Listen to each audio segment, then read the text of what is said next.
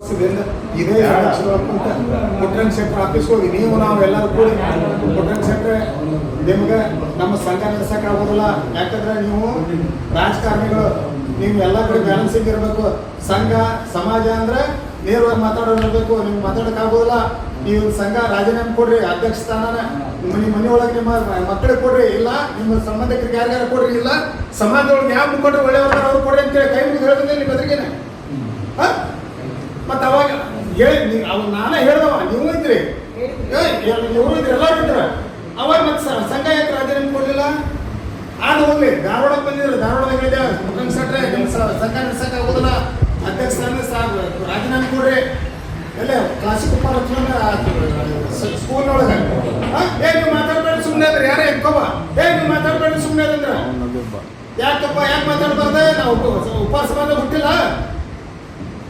ನೀವು ಒಬ್ರು ಕೇಳಿದ್ರೆ ಯಾಕೆ ಮಾತಾಡ್ಬಾರ್ದು ಅಂತ ಕೇಳಿದ್ರಿ, ನೀವು ಒಬ್ರು ಎಲ್ಲರೂ ಸುಮ್ಮನೆ ಇದ್ರಿ. ಅದಾದ್ಮೇಲೆ ಚಾಮರಾಜನಗರಕ್ಕೆ ಹೋದೆ. ಚಾಮರಾಜನಗರಕ್ಕೆ ಹೋಗೋ ನಮ್ಮ ಪ್ರತಿಭಾ ಪುರಸ್ಕಾರ ಮಾಡೋ ಹುಬ್ಳಿ ಕಾರ್ಯಕ್ರಮಕ್ಕೆ ಆಹ್ವಾನ ಕೊಡಕ್ಕೆ ಹೋದ್ವಿ. ಚಾಮರಾಜನಗರದಾಗ ಒಂದು ಕಾಲೇಜಿನೊಳಗೆ ಅವ್ರು ಲೆಕ್ಚರ್ ನಡೆಸಿದ್ರು. ಅದೆಲ್ಲ ಮುಗಿದ್ಮೇಲೆ ಹೊರಗೆ ಬಂದಿದ್ರು. ನಮಸ್ಕಾರ ಶೆಟ್ರೆ, ನಮಸ್ಕಾರ, ನಾವು ಹುಬ್ಳಿಯಿಂದ ಬಂದೇವೆ ಅಂತೇಳಿ. ಏನಪ್ಪ ಏನಾಯ್ತು? ಏನಿಲ್ಲ, ನಮ್ಮ ಪ್ರತಿಭಾ ಪುರಸ್ಕಾರ ಕಾರ್ಯಕ್ರಮ ನಡೆದೈತಿ, ತಾವುಗಳ ಮುಖ್ಯ ಅತಿಥಿಗಳಾಗಿ ಬರ್ಬೇಕು, ಸಮಾಜದ ಮುಖಂಡರು ಅಂತ ಹೇಳಿದ್ವಿ. ಯಾವ ಸಮಾಜ ಯಾವ ಪ್ರತಿಭಾ ಪುರಸ್ಕಾರ ಅಂದ್ರೆ ಹುಬ್ಳಿಯಲ್ಲಿ ತೋಳ್ರಿ, ನಿಮಗೆ ಲೆಟರ್ ಕೊಡಕತ್ತೀವಿ ಬಂದಿವಿ. ಆಯ್ತಾಯ್ತು ಬರ್ತೇವೆ ಅಂತಂದ್ರೆ ನಿಂತು ಮಾತಾಡಲಿಲ್ಲ, ಸೀದಾ ಊರಿಗೆ ಹೋದ್ರೆ. ಇವ್ರು ಮಾತಾಡಲಿಲ್ಲ, ಊರಿಗೆ ಹೋದ್ರೆ ಅಂತೇಳಿ ಮತ್ತೆ ವಾಪಸ್ ಊರಿಗೆ ಹೋದಿವಲ್ರಿ.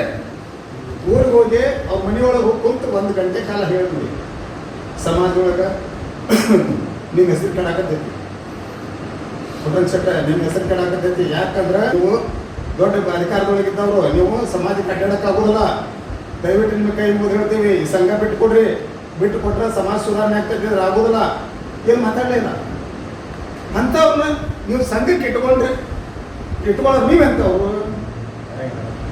ನೀವು ಮುಖಂಡ ಹೌದಲ್ಲ, ಸಮಾಜ ಹುಟ್ಟಿರಲಿಲ್ಲ, ನಿಮಗೆ ಕೇಳಕ್ಕೆ ಅಧಿಕಾರ ಐತಲ್ಲ. ನೀವೆಲ್ಲರೂ ಇದ್ರಿ, ಎಲ್ಲರೂ ಇದ್ದವ್ರು ಕೇಳಕ್ಕೆ ಅಧಿಕಾರ ಐತಲೋ. ಎಲ್ಲ ಸಮಾಜದಾಗ ಹುಟ್ಟೇನಂತ ಇವತ್ತು ಬಡವರಲ್ಲಿ ಒಬ್ಬ ಶ್ರೀಮಂತರಲ್ಲಿ, ಇವತ್ತು ವಿದ್ಯಾವಂತರಲ್ಲಿ ಅವಿದ್ಯಾವಂತರಲ್ಲಿ ಅವಾಗ ಕೇಳುವ ಅಧಿಕಾರ ಎಲ್ಲರಿಗೂ ಐತಿ. ಆ ಕೇಳುವ ಅಧಿಕಾರನ ನಮಗಿದ್ದಾಗ ನಾವು ಅವ್ರು ಕೇಳಿದ್ರೆ ಅವರು ರಾಜೀನಾಮೆ ಕೊಟ್ಟಿಗೆ ಯಾರಿಗಾರ ಒಬ್ಬರಿಗೆ ಹಚ್ಕೊಡ್ಬೇಕು. ಸ್ವಾಮೀಜಿ ಏನು ಸಂಬಂಧ ಸಂಘಕ್ಕೆ? ಸ್ವಾಮೀಜಿ ಯಾಕೆ ತಗೊಂಡ್ರಿ? ಸಮಾಜ ಮೊದಲು ಹುಟ್ಟೈತೆ, ಸ್ವಾಮಿ ಮೊದಲು ಹುಟ್ಟೇನೋ? ಸಂಘ ಮೊದಲು ಹುಟ್ಟೈತಿವ, ಸಮಾಜ ಮೊದಲು ಹುಟ್ಟೈತಿವ? ಸಮಾಜ ಹೇಳ್ದಂಗೆ ಸ್ವಾಮಿ ಕೇಳಬೇಕು, ಸ್ವಾಮಿ ಹೇಳ್ದಂಗೆ ನಾವು ಕೇಳಬೇಕು.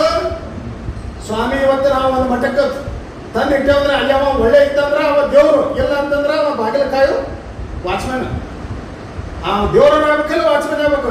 ಎರಡು ಆಗದೆ ಇದ್ರೆ ಅವ್ರು ಸಂಬಂಧಿಲ್ಲ ಸ್ವಾಮಿಗೆ, ಯೋಗ್ಯನಲ್ಲ, ಅವ್ರು ಹೊರ ಹಾಕ್ಬೇಕು ಸ್ವಾಮಿಯಿಂದ, ಸಂಘದಿಂದ. ಮಾತಾಡ್ರಿ, ನೇರವಾಗಿ ಮಾತಾಡ್ರಿ.